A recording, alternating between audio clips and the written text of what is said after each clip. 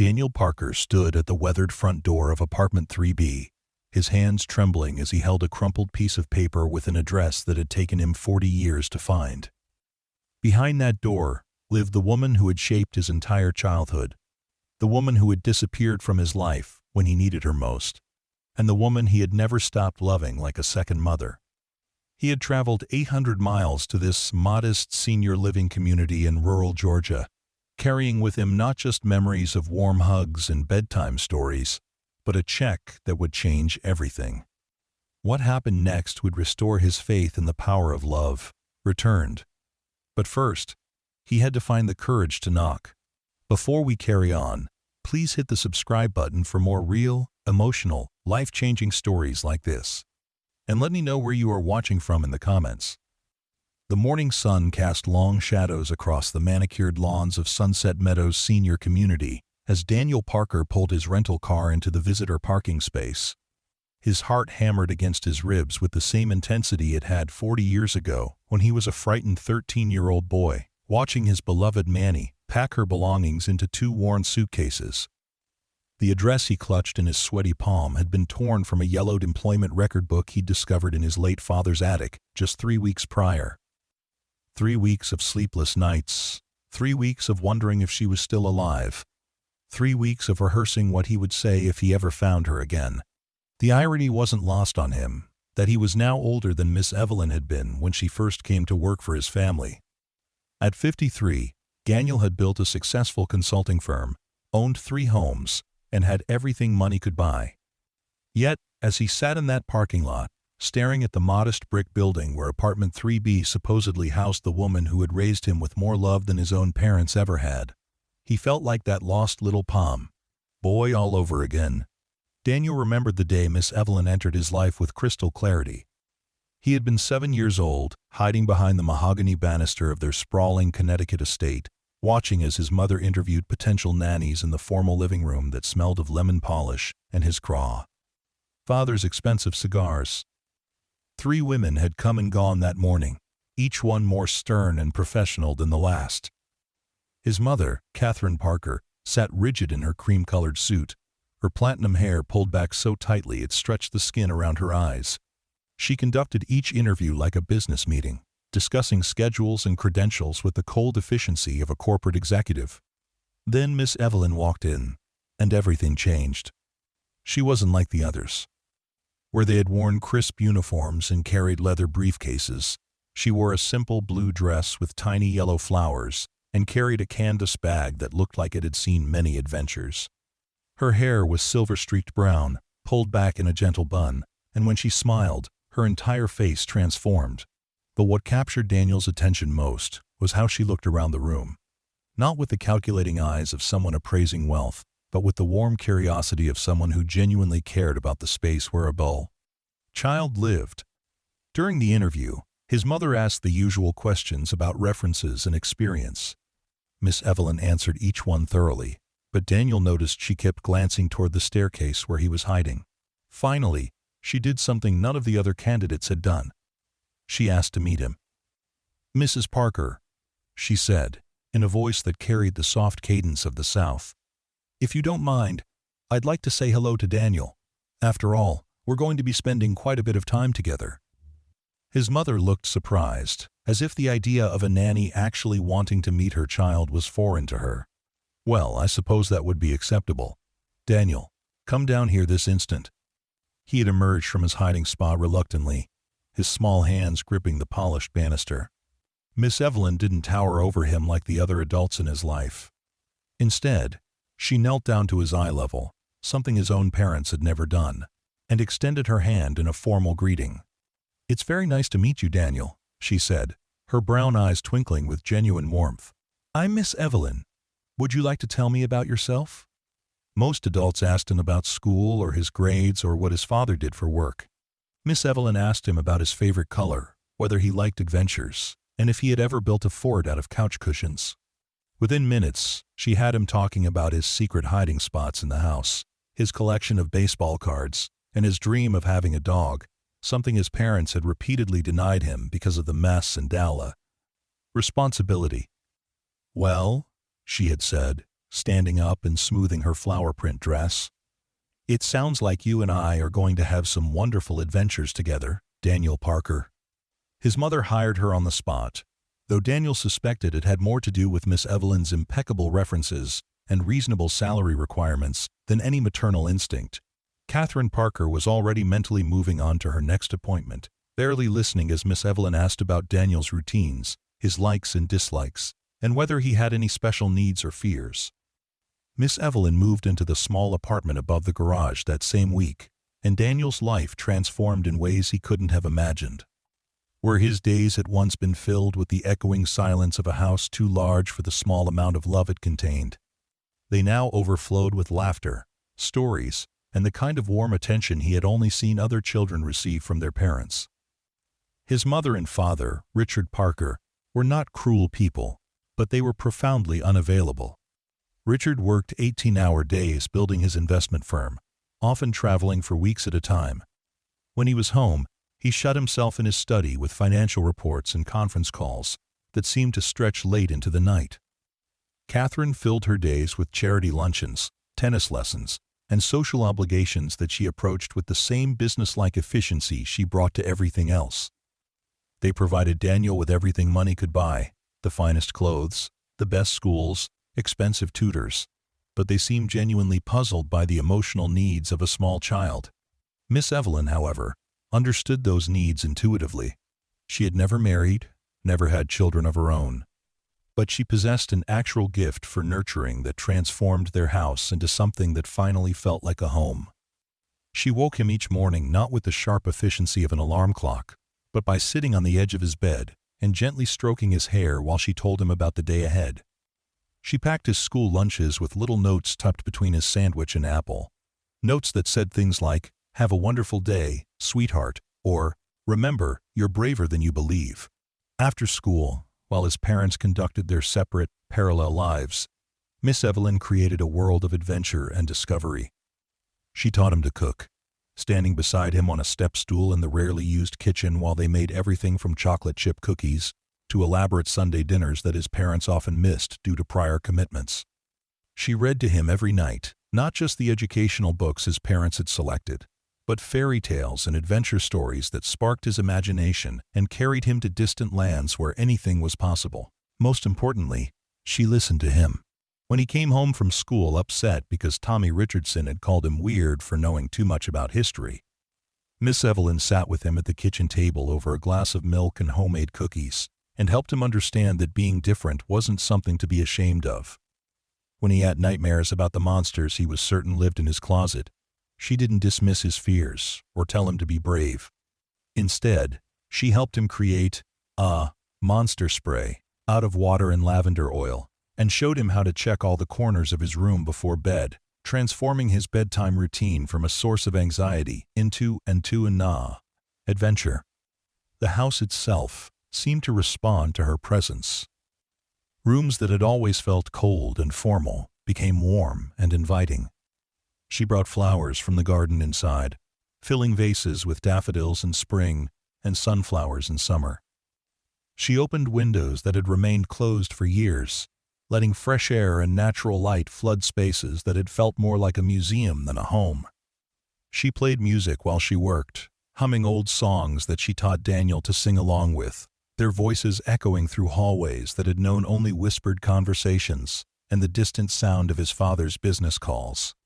The kitchen became their sanctuary. Miss Evelyn transformed it from a sterile space used only by the housekeeper into the heart of their daily life. She taught Daniel to measure ingredients, to crack eggs without getting shells in the bowl, to knead bread dough until it was smooth and elastic. They spent hours there, talking about everything and nothing while something delicious bubbled on the stove or baked in the oven. She told him stories about her childhood in rural Georgia, about the farm where she grew up, with 3 brothers and parents who worked hard, but always made time for family dinners around a table that could barely accommodate everyone. "Family isn't just about blood, Daniel," she told him one afternoon as they waited for banana bread to finish baking. "Family is about the people who show up for you, day after day, who love you even when you're difficult, who celebrate your victories and comfort you through your defeats. Family is about choice as much as it is about genetics. He was too young then to fully understand the profound truth of her words, but he felt their warmth settle into his heart like the heat from the oven warming their kitchen. Miss Evelyn had chosen him, chosen to love him, chosen to make him her priority in a way his biological parents never had. The years between 7 and 13 passed like a golden dream. Miss Evelyn was there for every scraped knee, every failed test, every triumph and disappointment.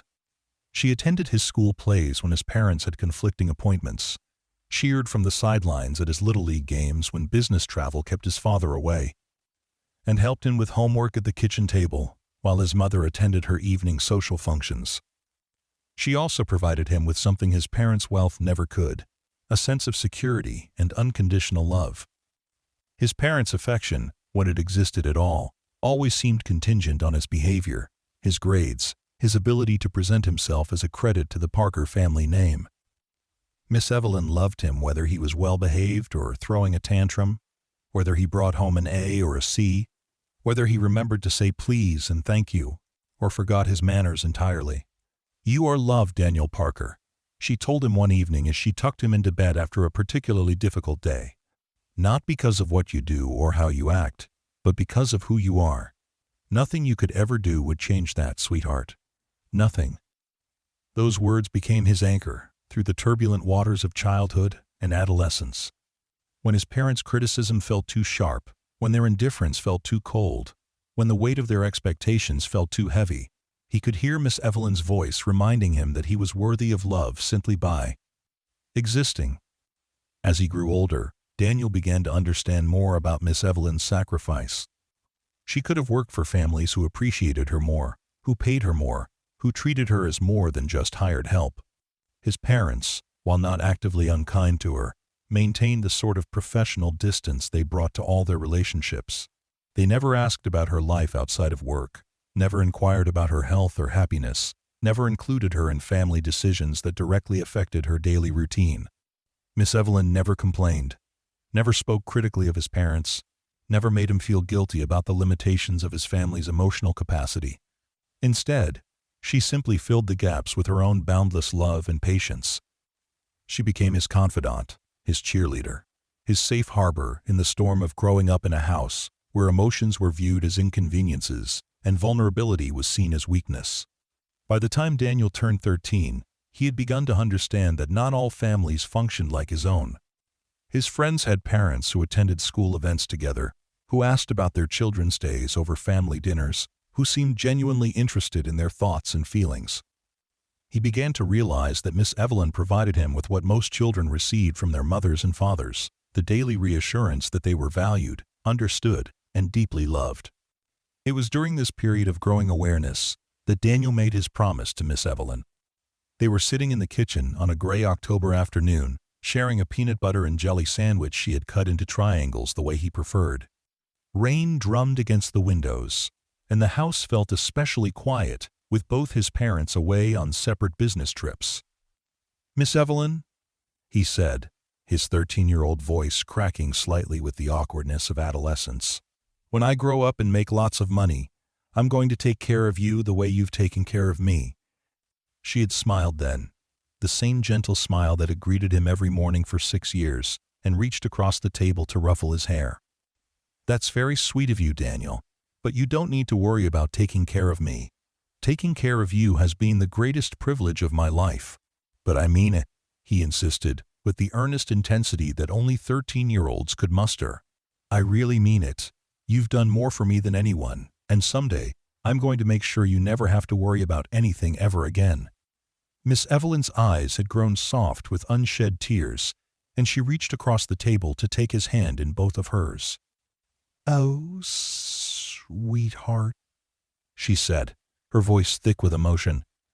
"You already take care of me every single day.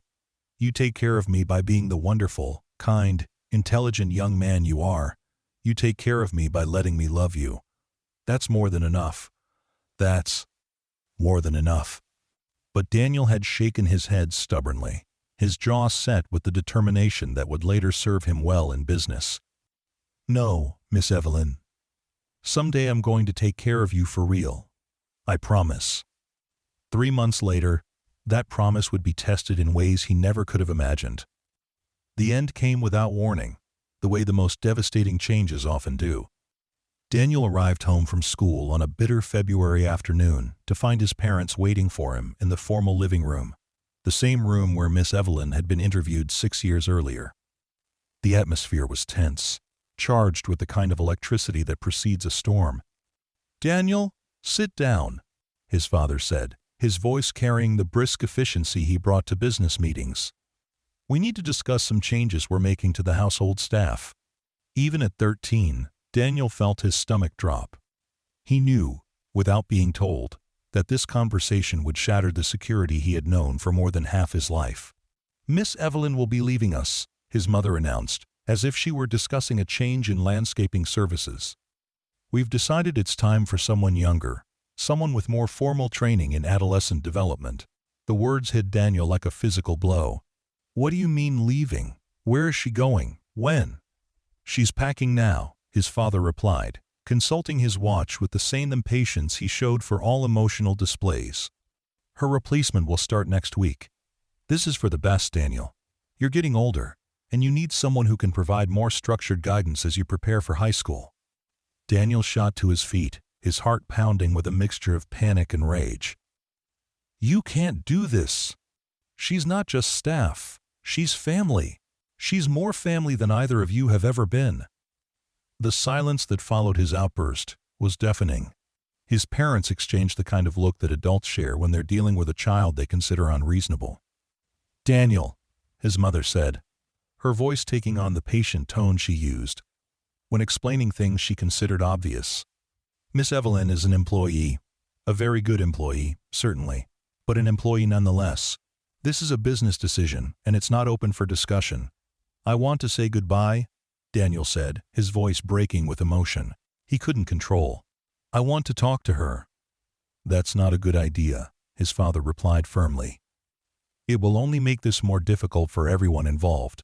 Clean breaks are always better in these situations." But Daniel was already moving toward the stairs, his parents' protests falling on deaf ears. He took the steps 2 at a time, his heart hammering against his ribs as he raced toward Miss Evelyn's room above the garage. He burst through the door connecting the main house to her apartment without knocking, something he had never done in 6 years of respecting her privacy. He found her sitting on her narrow bed, surrounded by cardboard boxes and the accumulated belongings of 6 years. She looked up when he entered, and he saw that her eyes were red-rimmed from crying, though she was trying to smile for his sake. "Oh, Danny," she said, using the nickname she had called him since he was 7. "I was hoping I'd get to see you before I left." He crossed the small room in 3 quick strides and threw himself into her arms, the way he had done countless times when the world felt too big and scary to navigate alone. She held him tightly, and he could feel her tears falling into his hair. "They can't make you leave," he said, his voice muffled against her shoulder.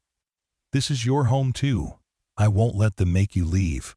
Miss Evelyn pulled back gently so she could look into his face, her hands framing his cheeks in the gesture that had always made him feel safe and loved. "Oh, sweetheart, this isn't your fault, and it's not your fight. Sometimes adults make decisions that don't seem fair, but that doesn't mean they're wrong." "It is wrong," Daniel said fiercely. "It's the wrongest thing they've ever done, and they've done a lot of wrong things." She smiled then, the same smile that had greeted him every morning, though it was tinged with sadness now. "Listen to me, Daniel Parker. You are going to grow up to be an amazing man.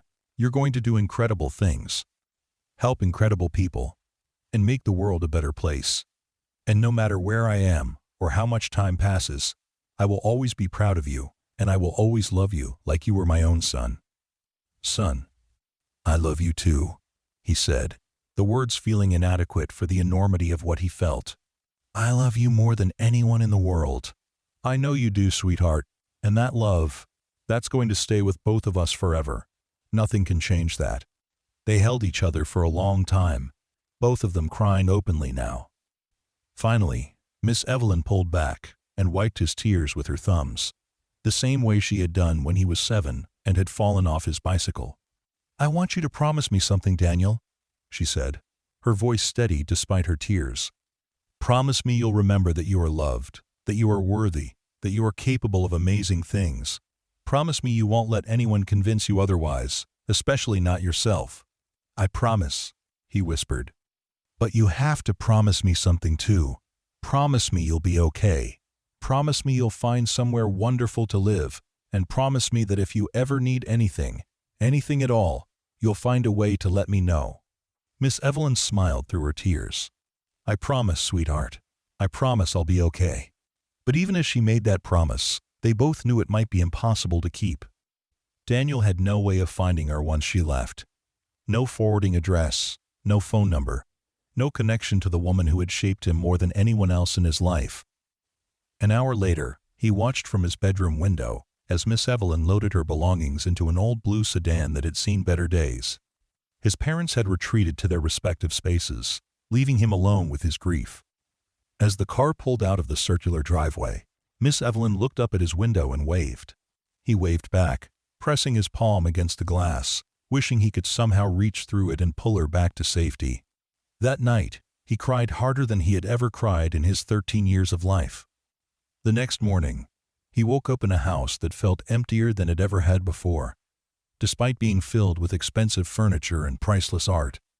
The new nanny, Mrs. Morrison, arrived 3 days later. She was everything his parents had wanted: professional, credentialed, and completely lacking in the warmth that had made Miss Evelyn irreplaceable.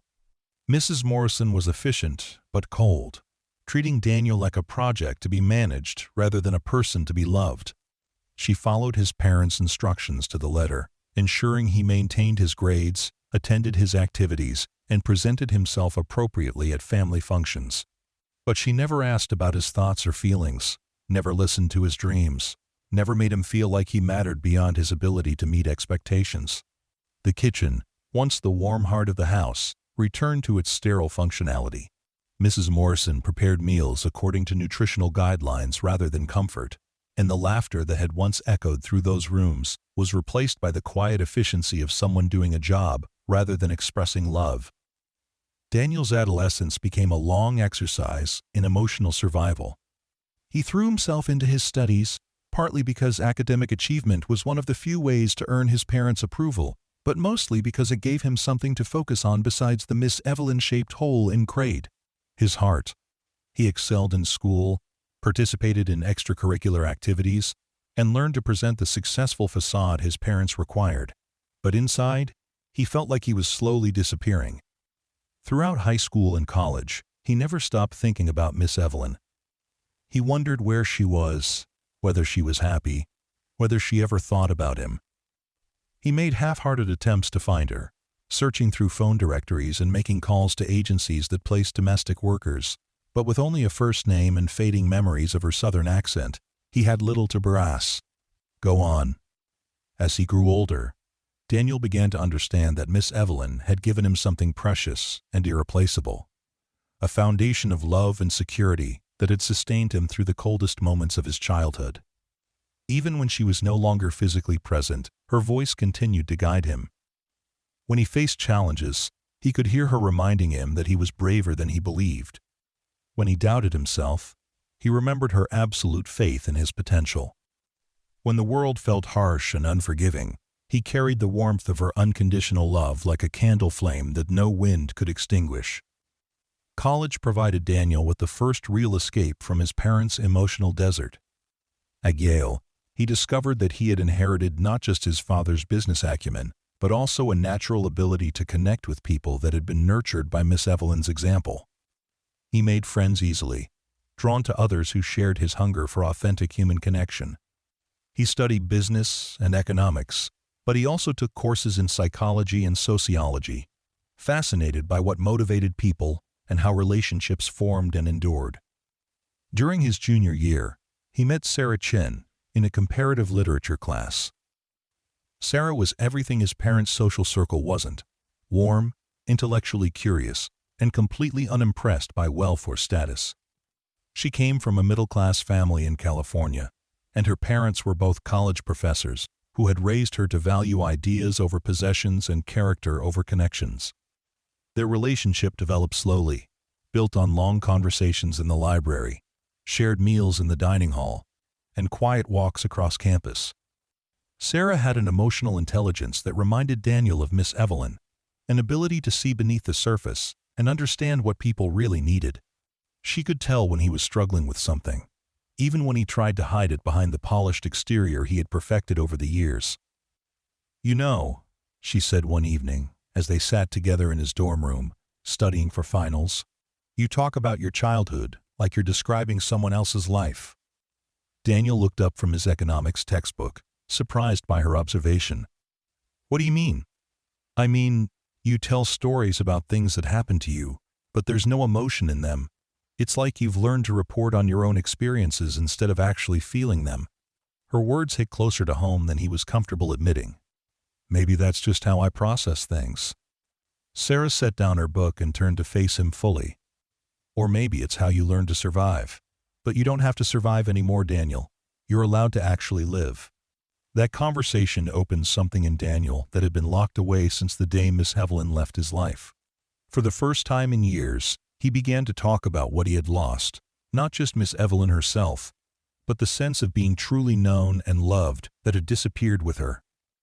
Sarah listened without judgment, holding space for grief he had never allowed himself to fully feel. "She sounds like an incredible woman," Sarah said when he finished telling her about Miss Evelyn. "Have you ever tried to find her?" "I've tried, but I don't have much to go on, just a first name and some scattered memories." "Maybe someday you'll find her," Sarah said gently. "And maybe when you do, you'll be able to tell her how much she meant to you." Daniel and Sarah married 2 years after graduation, in a ceremony that was elegant but warm, a reflection of Sarah's influence on his life. His parents attended, of course, playing their roles as gracious hosts, but it was Sarah's family who provided the genuine celebration of love and commitment that made the day memorable. Her parents welcomed Daniel with the kind of open-hearted acceptance he had only experienced from Miss Evelyn, and for the first time since childhood, he felt like he truly belonged somewhere. Building his consulting firm required every skill Miss Evelyn had taught him about understanding people, reading their needs, and providing them with what they required to succeed. His business focused on helping struggling companies identify and address the human factors that were preventing them from thriving. He had learned from his own childhood that technical competence wasn't enough.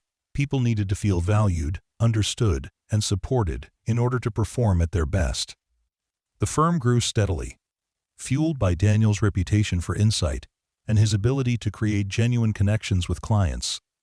He built a team of consultants who shared his philosophy that successful business was ultimately about successful relationships. Within 10 years, Parker Consulting Group had offices in 6 cities and a client list that included some of the most respected companies in the country. But success in business didn't fill the Miss Evelyn-shaped space in his heart. As he achieved each milestone, earned each recognition, built each new relationship, part of him wondered what she would think of the man he had become. Would she be proud of his accomplishments? Would she recognize in his work the values she had instilled in him during those precious years of childhood? When Daniel and Sarah had their first child, a daughter they named Emma, he felt the full weight of what Miss Evelyn had given him. Holding his newborn daughter in his arms, he understood for the first time the profound responsibility of shaping another human being's sense of self-worth and security. He realized that Miss Evelyn had not just been caring for him during those 6 years. She had been building the foundation upon which he would construct his entire adult life. Emma was followed 2 years later by their son Michael, and Daniel threw himself into fatherhood with the intensity he brought to everything that mattered to him. He was determined to give his children what Miss Evelyn had given him, the daily reassurance that they were loved unconditionally, that their thoughts and feelings mattered, that they were capable of achieving anything they set their minds to. Sarah often commented on his natural parenting instincts, his ability to anticipate the children's needs and respond with exactly the right combination of comfort and guidance. What she didn't fully understand was that these weren't instincts at all, but lessons learned at the kitchen table of his childhood home, watching Miss Evelyn transform ordinary moments into opportunities for connection and growth. As his children grew older, Daniel found himself telling them stories about Miss Evelyn, sharing memories of the woman who had taught him what love looked like in action. Emma and Michael listened with the fascination children always show for tales of their parents' mysterious lives before they existed, but Daniel could see that they were also learning something important about the different Palpiner forms family could take. "Was Miss Evelyn like a grandmother to you, Daddy?" Emma asked one evening as he tucked her into bed. "Yes, sweetheart," Daniel replied, smoothing her hair back from her forehead in a gesture he had learned from Miss Evelyn. "She was like a grandmother and a mother and a best friend all rolled into one. She taught me how to love, and that's why I'm able to love you and Michael and Mommy so much." "Do you think we'll ever meet her?" "And now?" Michael asked from the other side of their shared bedroom. Daniel felt the familiar ache of loss that always accompanied thoughts of Miss Evelyn. "I don't know, buddy. She would be very old now, and I don't know where she lives. But I hope someday we will, because I know she would love you both very much." The years passed, in the busy rhythm of family life and professional growth. Daniel's firm continued to expand, his children grew from toddlers to teenagers, and his marriage to Sarah deepened into the kind of partnership he had always hoped for, but never quite believed possible. But through it all, Miss Evelyn remained a constant presence in his thoughts, a North Star by which he navigated the important decisions of his life. When Emma was accepted to Stanford, and Michael was named captain of his high school soccer team, Daniel found himself wishing he could share these moments with the woman who had celebrated his smallest victories as if they were skakara, Olympic gold medals. When his father died suddenly of a heart attack during Daniel's 42nd year, he grieved not just for the loss of his parent, but for the final closing of any potential bridge between them. Richard Parker had died without ever understanding what his son had needed from him, without ever recognizing the emotional wasteland he had created in his own home. It was while cleaning out his father's study that Daniel discovered the box that would change everything. Hidden behind decades of financial records and business documents, he found a small wooden chest that contained the detritus of his parents' household management, employment records, tax documents, and personal correspondence that dated back to his childhood. At the bottom of the box, underneath insurance policies and warranty information, Daniel found his mother's old address book, its leather cover worn smooth by years of handling. His hands trembled as he opened it, scanning past the names and numbers of long-forgotten social contacts and business associates. And there, on a page marked with a faded coffee stain, he found what he had been searching for his entire adult life. Evelyn Hartwell, 247 Magnolia Street, Savannah, Georgia. The entry was written in his mother's careful script, and beneath it was a phone number that had been crossed out and rewritten twice, as if Miss Evelyn had moved during her employment with their family. Daniel stared at the page until the words blurred, hardly daring to believe that after 40 years of wondering, he finally had a clue to Miss Evelyn's whereabouts. He immediately called directory assistance, his heart hammering as he waited to learn if the number was still in service. It wasn't. The address might not be current either, given how much time had passed, but it was more than he had ever had before. Within hours, he had booked a flight to Savannah and arranged to take time off from work. Sarah understood without explanation why this journey was so important to him. "Bring her back with you if she'll come," Sarah said as she helped him pack. "The guest room has been ready for her for 20 years, whether you knew it or not." The flight to Savannah felt like the longest 3 hours of Daniel's life. He spent the time rehearsing what he would say if he found her, if she was still alive, if she remembered him with the same warmth he remembered her. What if 40 years had changed her? What if she had built a new life that didn't include space for the little boy she had once loved? What if she was angry that he had never tried harder to find her? But beneath all his anxiety lay an excitement he hadn't felt since childhood, the anticipation of seeing the person who had loved him first and best, who had seen him as worthy of care and attention when no one else had bothered to look. The drive from the Savannah airport to Magnolia Street took him through neighborhoods that had clearly seen better days. The address from his mother's book led him to a rundown area where small houses sat close together, their paint peeling and their yards overgrown with weeds. Number 247 was a narrow shotgun house with a sagging front porch and windows that were covered with newspapers instead of curtains. Daniel sat in his rental car for several minutes, gathering his courage. This wasn't what he had imagined. Wasn't the comfortable retirement he had hoped Miss Evelyn would have found. The house looked abandoned, and he began to fear that his journey had been for nothing. Finally, he approached the front door and knocked gently. No answer. He knocked again, louder this time, and thought he heard movement inside. After what felt like an eternity, the door opened just a crack, revealing a sliver of a face he didn't recognize. "I'm looking for Evelyn Hartwell," Daniel said to the elderly woman peering out at him suspiciously. "I'm an old friend of hers. Evelyn moved out of here 15 years ago," the woman replied, not opening the door any wider. "Went to one of them senior places when she couldn't manage the stairs anymore." Daniel's heart leaped. She was alive, or at least had been 15 years ago. "Do you know which senior community? Do you have any idea where she might have gone?" The woman studied him carefully, taking in his expensive clothes, an obvious desperation. "Why you want to know? You... family?" "Not exactly," Daniel said, trying to keep his voice steady. "She took care of me when I was a child. I've been trying to find her for 40 years. Something in his voice must have convinced her of his sincerity, because she opened the door a little wider. She used to talk about some little boy she raised up north. Said he was the closest thing to a son she ever had. Tears sprang to Daniel's eyes. Miss Evelyn had remembered him, had talked about him to other people. "That was me. My name is Daniel Parker." The woman's entire demeanor changed. "Danny? Oh, honey. She talked about you all the time. Always wondered what happened to you, whether you turned out okay." She opened the door fully now, revealing a tiny woman in her 80s with kind eyes. "I'm Martha. I was her neighbor for 20 years. Come in, come in." Martha's living room was small but clean, filled with photographs of grandchildren and the comfortable clutter of a life well lived. She gestured for Daniel to sit on her sofa while she lowered herself carefully into a worn armchair. "Evelyn moved to Sunset Meadows over in Statesboro," Martha said. "It's about an hour from here. Nice place, from what I understand.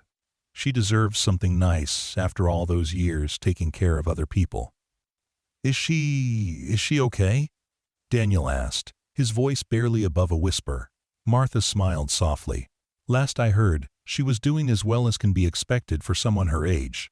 She'd be what, 87 now? Still sharp as a tack, though her body's been giving her trouble. Arthritis, you know, and her heart isn't what it used to be." Daniel felt a mixture of relief and urgency wash over him. She was alive, but she was 87 years old. He had already lost 40 years. He couldn't afford to lose any more time. "Thank you," he said, standing up quickly. "Thank you so much for telling me where to find her." Martha reached out and touched his arm gently. "Danny, honey, you should know something. Evelyn never married, never had children of her own. She used to say that raising you was the closest she ever came to being a real mother. Whatever you've come to say to her, she's been waiting 40 years to hear it." The drive to Statesboro felt like both the longest and shortest hour of Daniel's life. His GPS led him through small Georgia towns and past farmland that reminded him of Miss Evelyn's stories about her childhood. She had grown up in rural Georgia, the youngest of 4 children on the family farm that grew cotton and vegetables. Her parents had died when she was in her 20s, and her brothers had scattered to different states looking for work.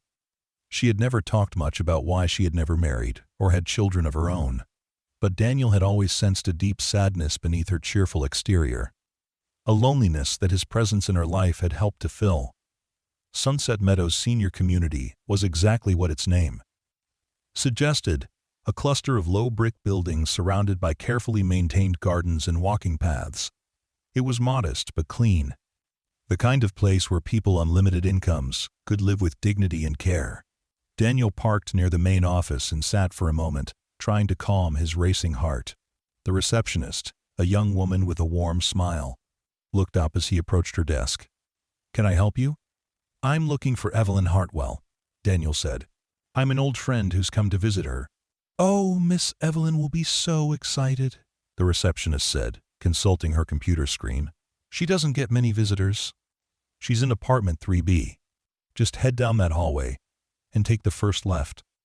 Daniel's legs felt unsteady as he walked down the corridor, past other apartments where he could hear the sounds of televisions and quiet conversations. The building smelled of cleaning supplies and industrial carpet. Not unpleasant, but institutional in a way that made him sad. This was where Miss Evelyn had ended up after a lifetime of caring for others. A clean but impersonal place where she lived alone with her memories. He stood outside apartment 3B for a full minute, his hand raised to knock, paralyzed by the enormity of the moment. What if she didn't remember him? What if 40 years had erased the little boy she had once loved? What if seeing him again brought back painful memories of the family that had dismissed her so callously? Finally, he knocked gently on the door. He heard the shuffle of footsteps inside, slow and careful, and then the sound of a chain being unlatched. The door opened slowly, revealing a tiny woman with silver hair pulled back in the same gentle style she had worn 40 years earlier. Her face was lined with age, and her frame was frailer than he remembered. But her eyes were the same warm brown that had comforted him through countless childhood crises. For a moment, neither of them spoke. Miss Evelyn stared at him as if she were seeing a ghost, her hand gripping the doorframe for support. Daniel watched as recognition dawned in her eyes, followed immediately by disbelief and then overwhelming joy. "Danny?" she whispered, her voice trembling with emotion. "Is that really you?" "Hello, Miss Evelyn," Daniel said, his own voice breaking with 40 years of accumulated love and loss. "I've been looking for you for so long." Tears began streaming down her cheeks as she reached out tentatively to touch his face, as if she needed to confirm that he was real. "Oh, my sweet boy," she said, her voice barely audible. "Look at you. Just look at you." Daniel stepped forward and wrapped his arms around her tiny frame, amazed at how small she had become. She fit against his chest like a bird, fragile and precious beyond measure. They stood in her doorway, holding each other and crying, 40 years of separation dissolving in the space of a heartbeat. "I can't believe you found me," she said when they finally pulled apart. "I can't believe you're here." "I promised I would take care of you," Daniel said, wiping tears from both their faces. "It just took me longer than I thought it would." Miss Evelyn's apartment was small but comfortable, decorated with furniture that looked like it had come from secondhand stores and discount retailers. The walls were covered with photographs, and Daniel was amazed to see that several of them were pictures of him from his childhood. School photos and candid shots that she must have kept all these years. In a place of honor on her mantel sat a framed drawing he had made for her when he was 8 years old, a crayon masterpiece that depicted her wearing a crown and bore the caption, "Queen of my heart," in his careful child's handwriting. "You kept it," he said, picking up the drawing with shaking hands. "I kept everything," Miss Evelyn said, gesturing to a small wooden box on her coffee table. "Every drawing you made me, every little note you wrote, every photograph I could get my hands on. They were all I had left of you." Daniel opened the box and found treasures he had forgotten he had created. Mother's Day cards addressed to "My real mom," thank you notes for special meals or bedtime stories, and dozens of pictures they had taken together during their years as a family. Seeing these artifacts of their shared past was almost overwhelming. "Tell me about your life," Miss Evelyn said, settling into her favorite chair and gesturing for him to sit on the small sofa across from her. "Tell me everything. Are you married? Do you have children? Are you happy?" For the next 3 hours, Daniel told her about his life in detail. He talked about college and meeting Sarah, about building his business and raising Emma and Michael. He showed her photos on his phone, watching her face light up as she saw his children for the first time. "They're beautiful," she said, touching the screen gently, as if she could reach through it to embrace them. "They look like you did at that age, especially your son." Same serious eyes, same thoughtful expression. "I've told them all about you," Daniel said. "They know that everything good in me came from the woman who raised me with love when no one else would." Miss Evelyn's eyes filled with fresh tears. "Oh, Danny, you don't know what that means to me. I've wondered every day for 40 years whether I made any difference in your life, whether you even remembered me." "Remember you?" Daniel laughed, though it came out choked with emotion. "Miss Evelyn, You were the most important person in my childhood. You were the only person who made me feel like I mattered, like I was worth loving. Every good thing I've done as a husband and father came from watching you, from learning what love looks like when it's given freely and unconditionally. They talked until the sun began to set, filling in 40 years of separation with stories and memories and the kind of easy conversation that picks up exactly where it left off, regardless of how much time has passed. Miss Evelyn told him about her years after leaving his family, the various positions she had held caring for other children, though none had ever touched her heart the way he had. "I never married," she said when he asked about her personal life. "Came close once, to a wonderful man named Robert, but somehow it never felt right. I think part of my heart always belonged to a little boy who promised to take care of me when he grew up." Daniel learned that she had worked until she was 75, finally retiring when arthritis made it too difficult to keep up with active children. Her savings were modest, supplemented by a small Social Security check that barely covered her basic needs. She had been living at Sunset Meadows for 12 years, grateful for the community and care it provided, but clearly struggling financially. Her apartment was clean, but sparse, furnished with items that were functional rather than beautiful. Her refrigerator contained the basics, but few luxuries, and Daniel noticed that her medications were organized in a pill container that suggested she was managing multiple health conditions on a limited budget. "Miss Evelyn," Daniel said as the evening grew late, "I want to ask you something, and I want you to be completely honest with me. Are you okay here? Do you have everything you need?" She smiled the same gentle smile that had comforted him as a child, but he could see the weariness behind it. "I'm fine, sweetheart. I have a roof over my head, 3 meals a day, and people who check on me if I need help. That's more than a lot of folks my age can say." But Daniel could see what she wasn't saying. He could see it in the generic furniture, the carefully rationed groceries, the medication bottles lined up on her kitchen counter like soldiers preparing for battle. Miss Evelyn was surviving, but she wasn't thriving. She was existing on the margins, making do with less, accepting whatever was available, rather than choosing what would make her happy or comfortable. "What about your health?" he asked gently. "Martha mentioned that you've been having some problems." Miss Evelyn waved dismissively, but Daniel caught the slight wince as she moved her arthritic hands. "Oh, you know how it is when you get old. Everything starts creaking and complaining, but I'm managing just fine." Daniel spent that night in a hotel in Statesboro, but sleep eluded him completely. He lay in the dark thinking about the woman who had given him everything and now had so little. Miss Evelyn had spent her life caring for other people's children, sacrificing her own opportunities for family and financial security to provide love and stability to families who ultimately discarded her when it was convenient. The contrast between her current circumstances and what she deserved was heartbreaking. Here was a woman who had shaped him into someone capable of building a successful business, maintaining a loving marriage, and raising confident children, and she was living in a modest apartment, stretching every dollar, managing chronic pain and health issues, without the resources to address them properly. But more than her financial circumstances, what broke Daniel's heart was the loneliness he had sensed beneath her joy at seeing him again. Miss Evelyn had spent 12 years in this community, surrounded by other seniors, but without the deep connections that had once given her life meaning. She had no children or grandchildren to visit her, no family to celebrate holidays with, no one who remembered the vibrant woman she had been when she was pouring her love into a lonely little boy. By morning, Daniel had made his decision. He called his office and told them he would be extending his stay in Georgia indefinitely. Then he called Sarah and explained what he had found. "She's exactly who I remembered," he told his wife over the phone.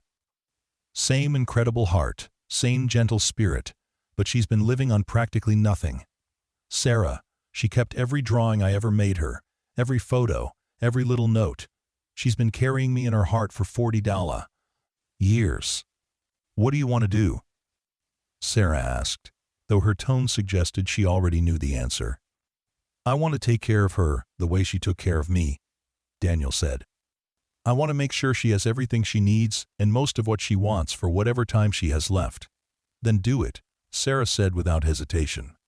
Do whatever feels right, whatever honors what she gave you. Emma and Michael will understand, and so do I. Daniel spent the morning researching financial options and making phone calls to lawyers and accountants. By afternoon, he had a plan that would ensure Miss Evelyn's security and comfort for the rest of her life. He returned to Sunset Meadows with a folder full of documents and a heart full of nervous excitement. Miss Evelyn welcomed him with the same joy she had shown the day before, as if she still couldn't quite believe he was real.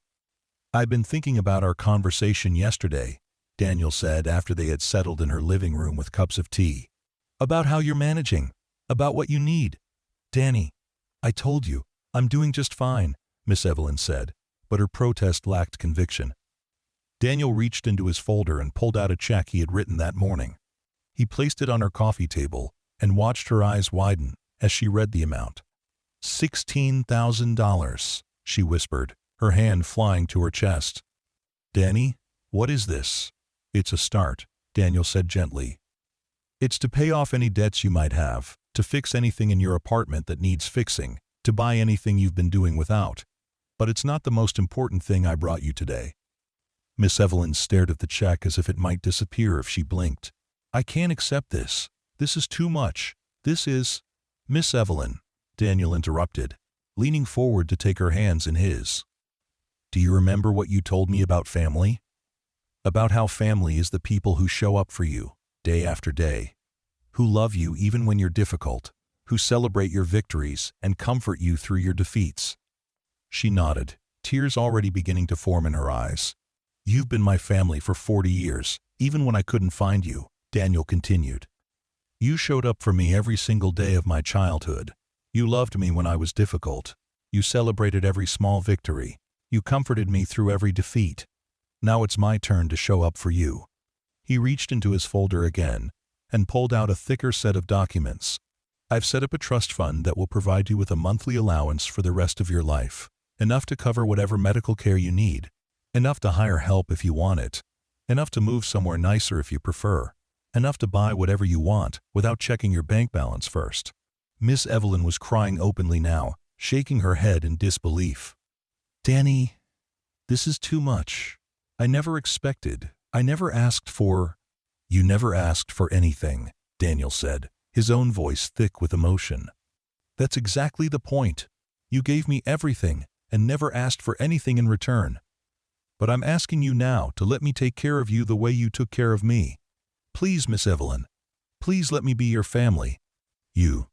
She looked at him through her tears, seeing not the successful businessman he had become, but the 8-year-old boy who had once promised to take care of her. "Oh, my sweet Danny," she whispered. "You already have been taking care of me. You took care of me by becoming the wonderful man you are today. That's been enough for me." "But it's not enough for me," Daniel said firmly. "I want you to meet my children. I want you to come for holidays. I want you to be part of our family in all the ways you should have been all along. Sarah has been getting the guest room ready for you for 20 years, whether she knew it or not." Over the following days, Daniel helped Miss Evelyn navigate the overwhelming prospect of suddenly having financial security after decades of careful budgeting. They opened new bank accounts, arranged for automatic transfers, and met with lawyers to ensure everything was properly documented. But more importantly, they spent time rebuilding their relationship, updating the deep connection they had shared 40 years earlier to accommodate the people they had become. Miss Evelyn marveled at the man Daniel had become, recognizing in his kindness and integrity the seeds she had planted during his childhood. Daniel rediscovered the woman who had shaped him, finding that the essential qualities that had made her such an extraordinary caregiver had only deepened with age and experience. They went shopping together, something Miss Evelyn approached with the excitement of a child and the caution of someone who had spent years stretching every dollar. Daniel watched with joy as she selected items she had been denying herself for years: a soft throw blanket for her sofa, premium tea instead of generic brands, fresh flowers to brighten her apartment. "I still can't believe this is real," she said as they loaded packages into his rental car. "I keep thinking I'm going to wake up and find out I dreamed it all." "It's real," Daniel assured her. "And it's permanent. You're never going to have to worry about money again, Miss Evelyn. You're never going to have to choose between medication and groceries or heat and electricity. Those days are over. The transformation in Miss Evelyn over just a few days was remarkable. The stress lines around her eyes softened, her posture straightened, and she moved with an energy Daniel hadn't seen since their reunion.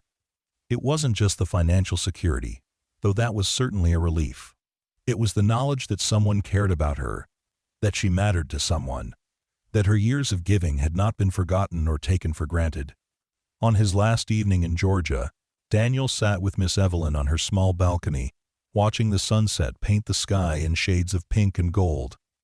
They had spent the day making arrangements for her care, setting up services to help with cleaning and grocery shopping, scheduling medical appointments she had been postponing due to cost. "There's one more thing," Daniel said, pulling out his phone. "I want to call Sarah and the kids. They've been waiting to meet you." The video call that followed was everything Daniel had hoped it would be. Sarah greeted Miss Evelyn with the warmth of someone welcoming a long-lost family member, and Emma and Michael were immediately charmed by the woman their father had described as the most important person in his childhood. "Dad says you taught him how to make the best chocolate chip cookies in the world," Emma said, her teenage skepticism warring with genuine curiosity. Miss Evelyn laughed, the sound lighter and more joyful than it had been in years. "Well, I don't know about the best in the world, but I did teach him the secret of adding a little vanilla and a pinch of salt to the dough. Can you teach me when you come visit us?" Michael asked. "Dad tries, but his cookies are never as good as he says yours were." "I would love to teach you," Miss Evelyn said, beaming at the screen. "I would love to teach you anything you want to learn." After the call ended, Daniel and Miss Evelyn sat in comfortable silence, both of them processing the reality of how dramatically their lives had changed in just a few days. "Danny," Miss Evelyn said finally, "I need you to know something. These past few days, having you back in my life, knowing that I'm going to see you again, knowing that I'm going to be part of your family, it's like getting a piece of my heart back that I thought was lost. Forever." Daniel reached over and took her hand, marveling again at how small and fragile it felt. "Miss Evelyn, you never lost that piece of your heart. It was with me the whole time, keeping me warm when my parents were cold, giving me hope when things seemed hopeless, reminding me what love looks like when it's real and real. Unconditional." 3 months later, Daniel stood in the same airport where he had arrived as a stranger, searching for a ghost from his past. This time, he wasn't alone. Miss Evelyn walked beside him, moving slowly but steadily, her new cane a concession to her arthritis, but her spirit visibly renewed.